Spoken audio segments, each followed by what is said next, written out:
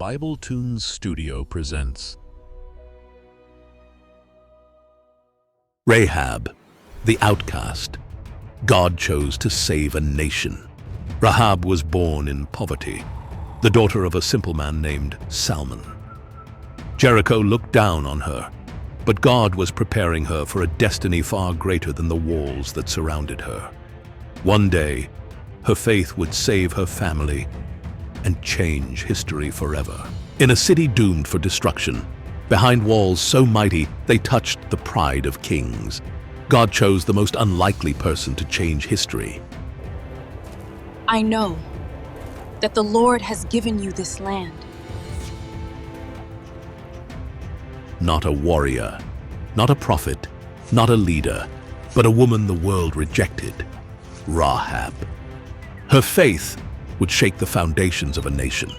Her courage would stand tall while Jericho trembled. Her choice would open the door to salvation, not just for her family, but for generations yet unborn. The story of Rahab, the outcast God chose to save a nation. In the heart of a doomed city, a city of impenetrable walls and defiant pagan gods, a woman of no reputation was about to make a choice that would alter the course of history. Her name was Rahab, and her story is a powerful, timeless testament that God does not look for the righteous, but for the faithful. It is a story that proves His grace can bloom in the most broken of soils, that faith can take root in the most unlikely of hearts. It is a testament to a God who sees value where the world sees none. Across the Jordan River, its waters miraculously parted, the armies of Israel, a nation forged in 40 years of wilderness wandering, stood poised like a divine storm, ready to claim the land God had promised them. Their presence was a shadow that fell over the entire region, a rumor of judgment on the wind. Their leader, Joshua, a man forged in the shadow of the great Moses. Go and spy out the land. Trust in the Lord, for He has given us this land. We'll go, and we will return with the truth. God is with us. We'll do as the Lord commands. We will gather the information, and He will guide us through. Sent two spies on a mission that was far more than espionage. It was an act of faith in a promise yet unseen, a reconnaissance into the very heart of the enemy's stronghold, to enter the fortress city of Jericho, a lion's den of suspicious soldiers, palpable fear and unwavering hostility. Discovery meant certain torturous death.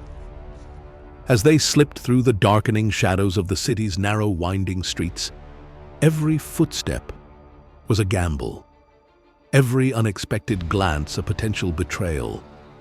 The air was thick with the scent of fear and burning incense to false gods.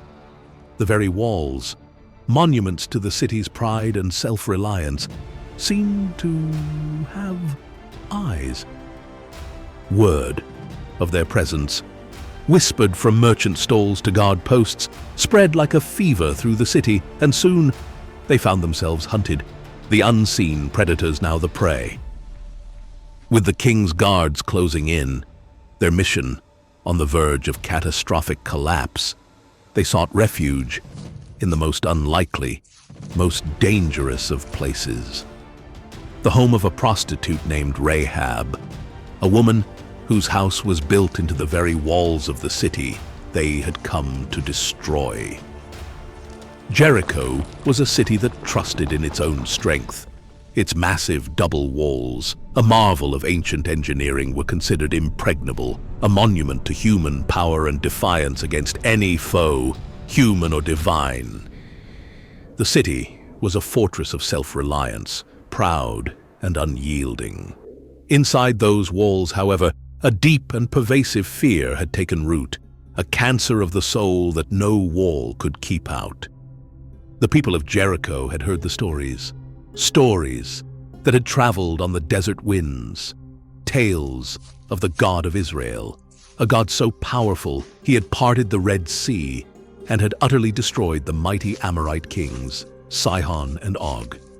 Their own gods of stone and wood, their silent, lifeless idols, offered no comfort against a God who commanded the elements and broke the armies of kings. The two Israelite spies, moving like ghosts through this city of fear, felt the crushing weight of their mission with every breath. They were looking for a weakness in the walls, but they were about to find an unexpected and powerful strength in a human heart. Their desperate search for a hiding place, a sanctuary from the king's wrath, led them to the flat roof of a house on the outer wall, the home of Rahab. It was a place on the very margins of society, a place where strangers might go unnoticed. But it was also the most exposed and vulnerable position in the entire city, a house that would be the first to fall in any siege. But their presence had not gone unnoticed. Someone had seen them enter, and word was sent immediately, with a sense of panicked urgency, to the king of Jericho. The trap was about to be sprung. We don't have much time. They'll be here soon. We need to stay hidden. We can't stay here long. If they find us, it's over. Please, swear to me by the Lord that you will show kindness to my family, because I have shown kindness to you. The king's soldiers, the instruments of his authority and paranoia, arrived at Rahab's door, their voices sharp and demanding, leaving no room for argument. Bring out the men who came to you and entered your house, because they have come to spy out the whole land. The king commands it. In this terrifying moment, Rahab faced a choice that would define her life and her eternity. Go after them quickly, you will stay catch up them. They went that way. Go quickly, you may still be able to catch them. Spread out! We need to find them before they disappear into the wilderness. To obey her king and her city was the safe, logical path. It was to surrender the spies to certain death, to preserve her own fragile existence.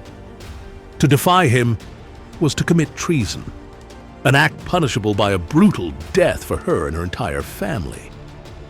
But Rahab had heard more than just stories of Israel's military victories. In the tales of a parted sea and defeated kings, Thanks God, they believed me. she had heard the truth about their God. A holy fear had replaced her earthly fear. She had come to a faith that was as real and as terrifying as the soldiers at her door. With a courage born of a new and desperate faith, she had already hidden the two men under the stalks of flax she had laid out to dry on her roof. She had made her choice before the knock ever came. Then, she went to the door and faced the soldiers, her heart pounding, but her voice a calm and steady instrument of deception. At dusk, when it was time to close the city gate, they left. The soldiers, believing her convincing lie, set out in hot pursuit on the road that led to the fords of the Jordan River. As soon as they were gone, the great city gates were shut, sealing Rahab's fate with the two spies. Listen, I hid you. The soldiers won't find you. But please, remember my family. Save us when your God gives you this city. She had just betrayed her city, her king, and her entire way of life. She had burned every bridge to her old life.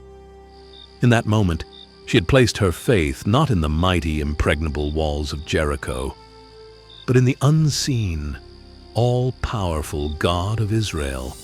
Before the spies had lain down for the night, she went up to the roof and spoke to them.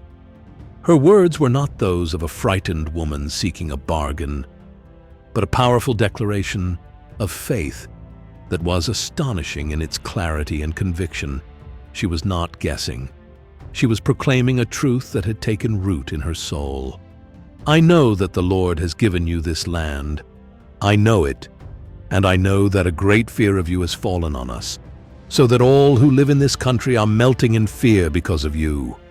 We have heard how the Lord dried up the water of the Red Sea for you when you came out of Egypt, and what you did to Sihon and Og, the two kings of the Amorites east of the Jordan, whom you completely destroyed. We heard of the kings, Sihon and Og.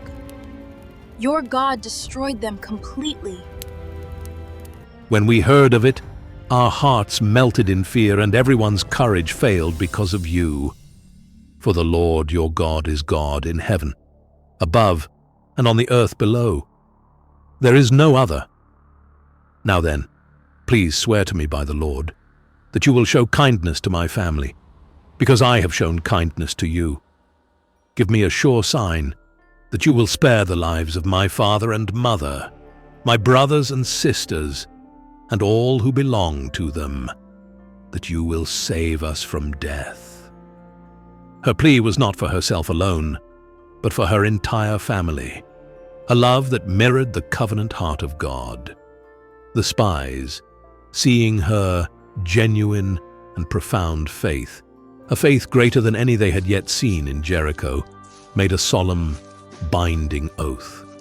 Our lives for your lives, they declared. If you don't tell what we are doing, we will treat you kindly and faithfully when the Lord gives us the land. They instructed her to tie a scarlet cord in the window through which she would let them down. This cord would be the sign, the promise of their covenant.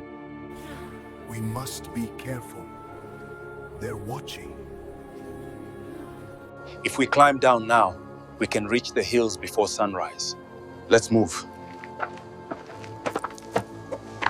It was a simple, crimson thread of hope hanging against a massive wall of stone, a visible mark of salvation in a city destined for utter destruction. She was to gather her entire family inside her house, and as long as they remained under her roof, under the sign of the scarlet cord, they would be spared when the judgment of God fell upon the city. It was to be her family's personal Passover. After the spies escaped and returned to Joshua with Rahab's report of the city's fear, the armies of Israel crossed the Jordan River on dry ground, another miracle that surely struck terror into the hearts of their enemies. And then they began their strange and divine siege of Jericho. It was a battle plan conceived not in a war room, but in the throne room of heaven. It was a test of obedience for Israel and a final, silent warning to Jericho. For 6 days, they marched in complete silence around the city, the Ark of the Covenant, the very symbol of God's presence, leading the way. The only sound was the tramp of feet and the blast of 7 priests' trumpets. On the 7th day, they marched 7 times. The tension inside the city must have been unbearable. And as the trumpet sounded a long, final, piercing blast, Joshua gave the command. Shout! For the Lord has given you the city! A great, unified roar rose from the army of Israel, a sound of faith and victory released after 7 days of silent obedience. It was the sound of a promise being claimed. And the mighty, impregnable walls, if Rahab's powerful journey of faith moved your heart and reminded you that God can raise greatness from the most unlikely places, then help us share this message with the world. Don't forget to like, subscribe, and share the light. Your support helps Bible Toons Studio continue bringing God's Word to life through meaningful, inspiring animations that touch hearts, strengthen faith, and shine His truth into every corner of the world.